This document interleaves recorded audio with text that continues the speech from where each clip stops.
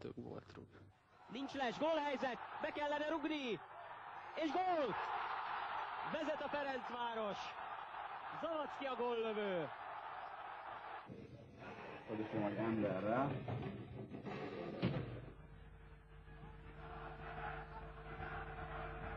Kaputorkából Alexandris.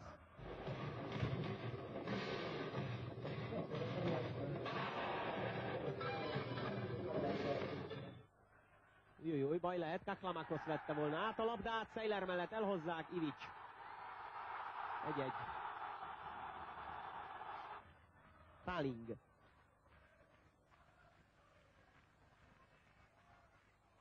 Gól!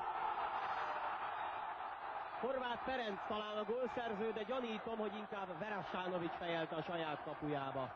Most nagyon örülök egyenlőre a sikernek, és annak, hogy végül nagyon jó érzés volt Fradistának rendezőbe jutni. Berger megszerzi. Ez is jó. Jó megoldás volt. Nagy Norbert.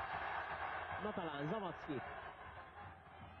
Horváth. Kifejelik előle, de még ott van arany. Lőni lehet.